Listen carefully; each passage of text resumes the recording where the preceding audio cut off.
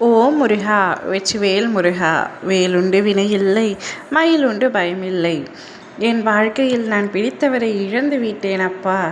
இனி என்ன செய்ய போகிறேன் என் வாழ்க்கையில்? அவர் இல்லாமல் என்னால் தன்னிச்சையாக செயல்படவே முடியாது என்று இத்தனை நாட்களாக நினைத்திருந்தேன். அவர் இல்லாமல் என்னால் ஒரு நொடி கூட இருக்கவும் முடியாது என்று நினைத்திருந்தேன். இப்பொழுது எனக்கு என்ன செய்வது என்று புரியாமல் நிற்கின்றேன். நிர்கதியாக நிற்கின்றேன்.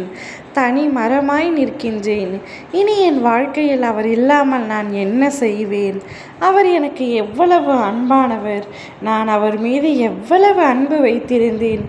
இருந்தும் அவர் என்னை விட்டு பிரிந்து சென்று விட்டார். அடுத்து என் வாழ்க்கையில் என்ன நடக்கும் என்று எனக்கு புரியவில்லையே என்று ஏங்கி தவித்து புலம்பிக் கொண்டிருக்கின்றாயா? எத்தனை சவால்களை வேண்டுமானாலும் நான் தாங்கிக் கொள்வேன். எவ்வளவு துயரங்கள் என்னை நெருங்கினாலும் நான் அதை சுலபமாக கடந்து விடுவேன் அவரோடு துணையோடு.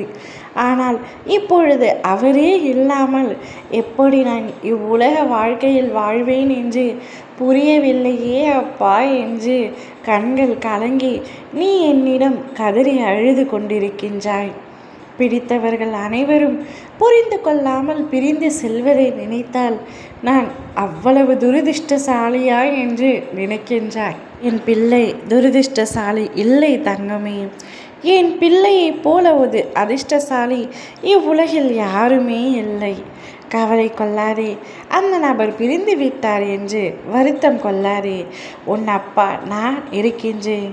உன்னுடைய அன்பு உண்மையானது. உன்னுடைய குணம் பரிசுத்தமானது.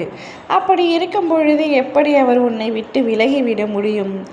என் மீதான அன்பு நீ எவ்வளவு வைத்திருக்கின்றாயோ அதே அளவிற்கு அன்பு அந்த நபரும் உன் மீது வைத்திருக்கின்றார் தங்கமே.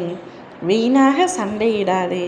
வீணாக கற்பனை செய்து தவறான கண்ணோட்டத்தில் யாரையும் பார்க்காதே. அவர் பேசவில்லை என்றால் பிரிந்து விட்டார் என்று அர்த்தமல்ல.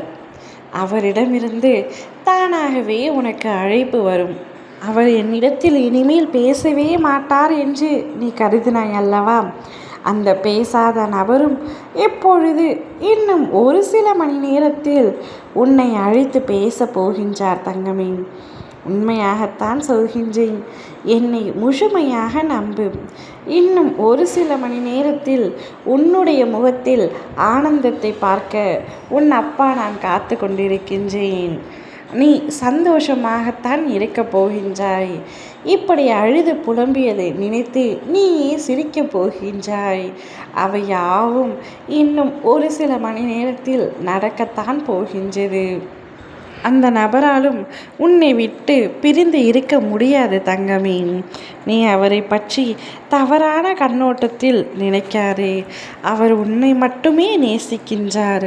உன்னை மட்டுமே பார்க்க வேண்டும் என்று ஆசைப்படுகின்றார். எனவே அவராகவே உன்னை அழைத்து பேசுவார். ஓ முருகா! வெற்றிவேல் முருகா!